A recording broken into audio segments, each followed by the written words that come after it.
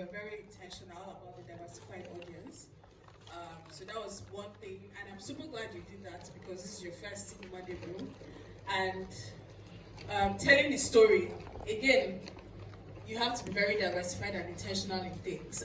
So I'm really going to start from the director of the movie because that also required you to direct people in different ways. So please tell us about how that worked for you in the story. Good afternoon, everyone. And thank you for coming to experience Queen Lateefah with us. I'll just respond to our question immediately. So, the entire Queen Lateefah brand and audience is a very inclusive one, and it shows a range of experiences or audience from the grass to whatever level that you can imagine. And the simple logic of the story is someone who can, rise up to whatever she can imagine in her world or in her dream, regardless of her own reality. And I think that's what every audience can connect to. We all have aspirations, we all have goals, we all have dreams. And to pull this magnitude of story, you need a diverse range of, characters and audience. And that's what Queen Lateefah has, successfully displayed. It's a round of applause. And then I'll go to Kunle. We're certified lover boy at this point, so I think we know that in different ways. But how is this different to all of the stories? And have you encountered a Queen Lateefah in real life? TV is a Queen Lateefah. I kid you. That's a kiddie. That's a joke. So it's different for me because first and foremost, coincidentally and fortunately, I've been able to follow through with the Queen Lateefah that we've seen on YouTube, which I found very hilarious. And when I got the call that it was going on the big screen, it was interesting for me to explore because it's not what you see every time, but it's what you see. Because we live in Lagos where it's fixed to make it most of the time.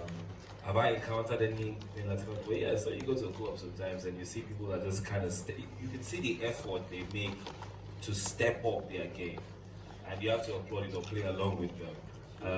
Hers is just outrageously ridiculous because, like the director said, her reality is, and her dreams are so high. But then again, if there's anything I picked up from this project, is the realization that there is always a gift even in these people. In the Queen Lateefahs out there's something that they can enhance or develop that can open the doors that you really want. So as a lover boy, I enjoyed playing this, basically.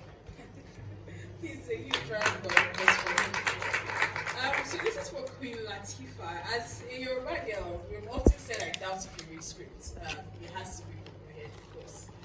But this is also something different. I can tell that you pushed yourself far and wide for this project. How did you follow the script? Did you write the script? And how did we arrive at this magic?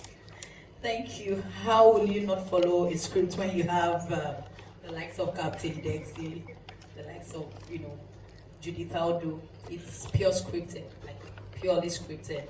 And I'm going to give this kudos to the writer, Kehinde Joseph. You did a great work. Is he here?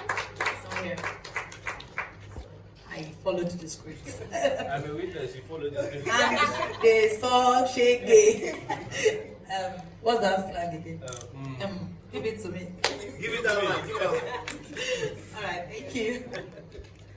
So Judith, being a producer, you're technically the eyes, body, and soul of the movie. In terms of location, because then we have two different worlds apart. In terms of location, in terms of just getting things together, because we know how Lagos can be. Again, like you're filming in two different worlds.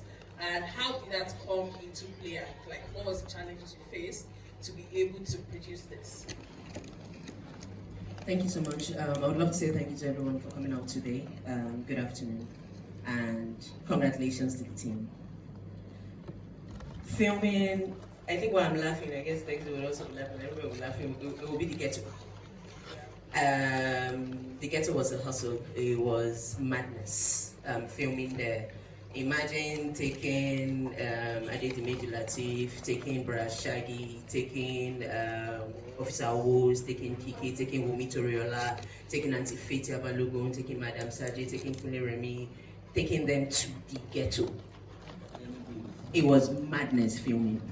You know, sometimes we had to sneak them out of the ghetto, you know, and all that stuff. So for me, that was really the madness of it.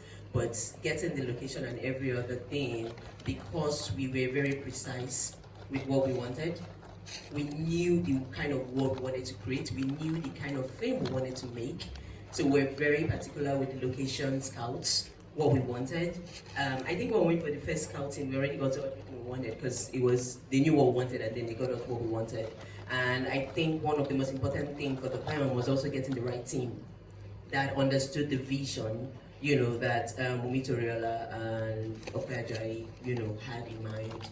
And it was the onion of us to bring that team together that also understood the vision and would take it and run with us.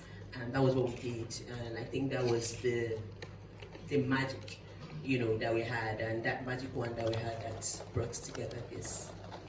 It's a round of applause for that, because that's so much work and so much planning, because you also have to plan.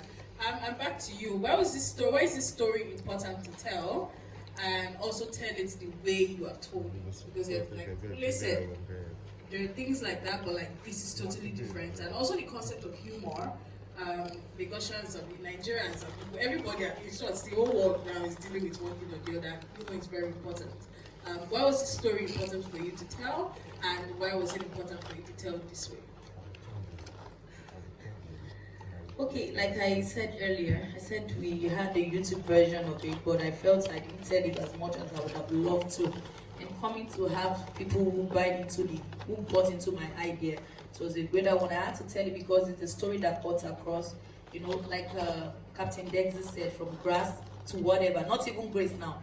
I mean, whatever reality you want in your mind.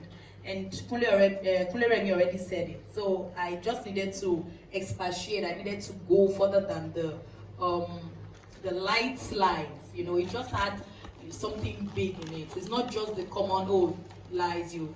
It's just an imagination versus reality. So I just needed to tell it more. Yeah. Thank you, and I'm sure we already have more insight on what the movie is about. And yeah, so we can please a round of applause for them, please. Yeah, so we can now enjoy the trailer of Queen Lateefah.